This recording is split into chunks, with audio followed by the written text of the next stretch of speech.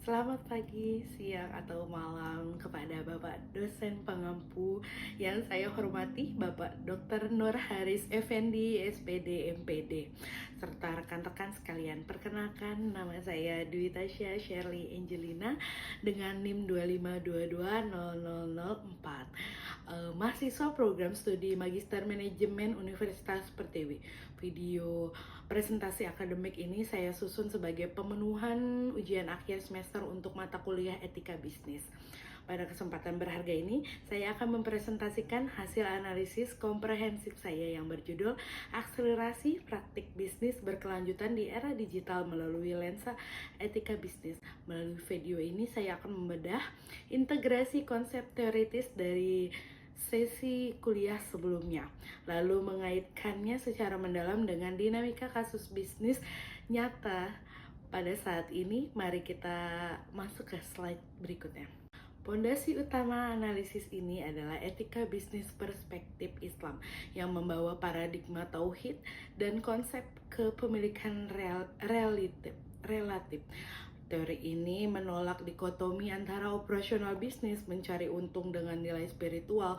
Di sisi manusia atau korporasi hanya wali pemegang amanah titipan untuk mengelola sumber daya demi kemaslahatan bersama.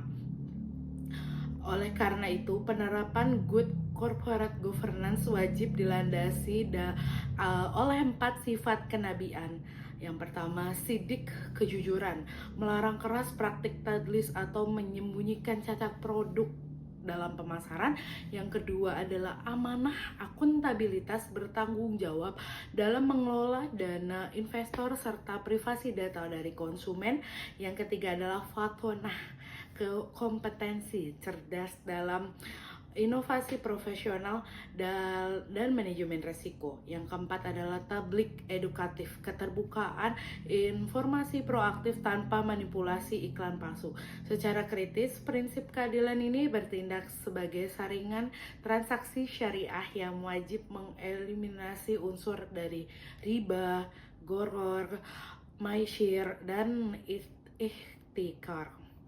Mari kita bedah implementasi teori tersebut pada realitis bisnis sektor e-commerce dan fenomena live shopping.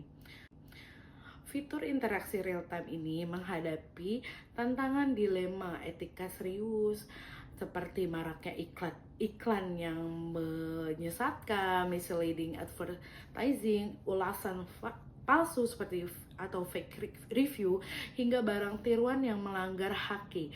Secara analisis kritis, tindakan ini memanfaatkan situasi asimetri informasi, yaitu mengeksploitasi ketidaktahuan dari konsumen demi keuntungan secara sepihak.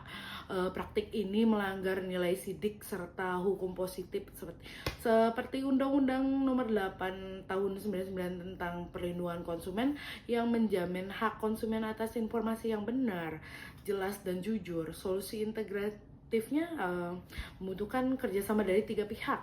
Penjual wajib berpromosi dengan jujur. Yang kedua, platform seperti Shopee atau TikTok Shop wajib memperketat verifikasi toko. Yang ketiga adalah menyimpan rekaman live, serta konsumen harus dididik untuk lebih kritis. Beralih ke slide berikutnya, kita menganalisis sektor lembaga pembiayaan atau vintage lending. Di satu sisi, Techfin yang didukung oleh regulasi OJK merupakan peluang besar untuk memperluas inklusi keuangan bagi masyarakat.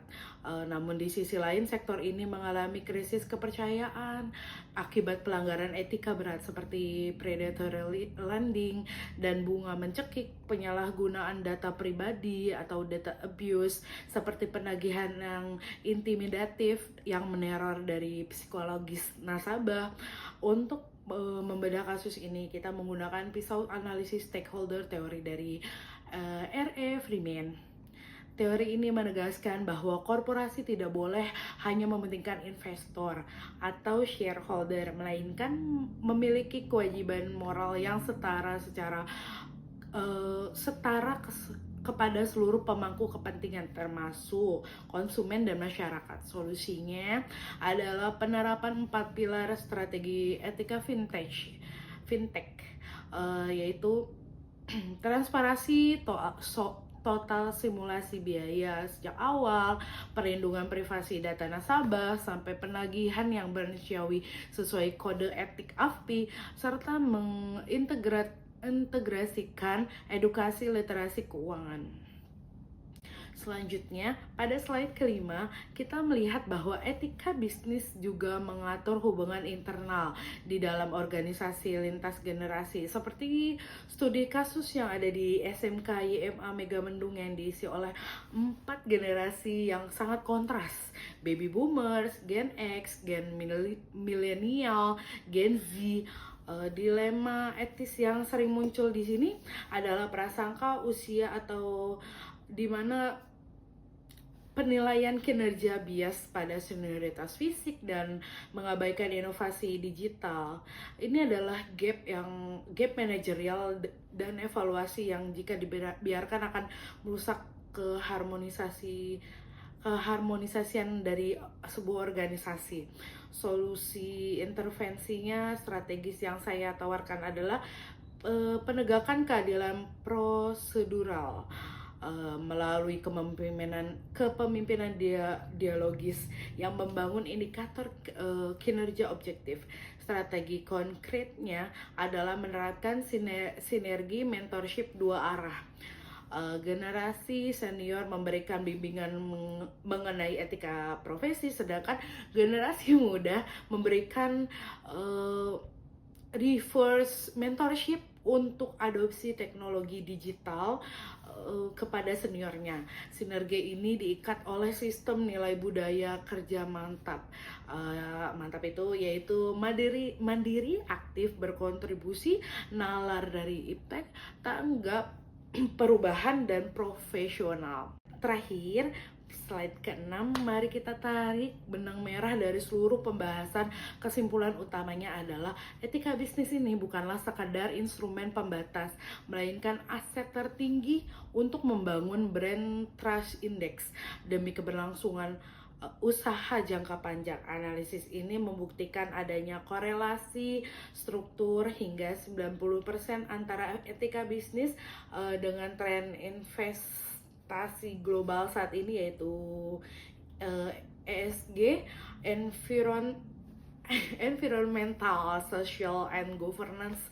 Environmental yaitu menghindari perusakan alam melalui model bisnis sirkular.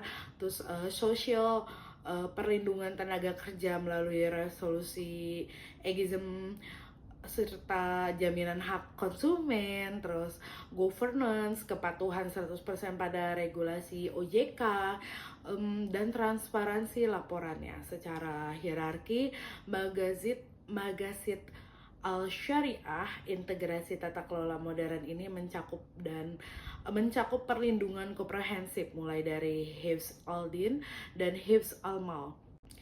Demikian presentasi ujian akhir semester mata kuliah etika bisnis dari saya, Dwi Tasya Shirley Angelina. Mohon maaf atas kekurangan dan terima kasih yang mendalam saya ucapkan kepada Bapak Dr. Nur Haris Effendi, SPD MPD, atas bimbingannya. Saya akhiri. Assalamualaikum warahmatullahi wabarakatuh. Selamat pagi, siang, atau malam. Salam sejahtera untuk kita semua.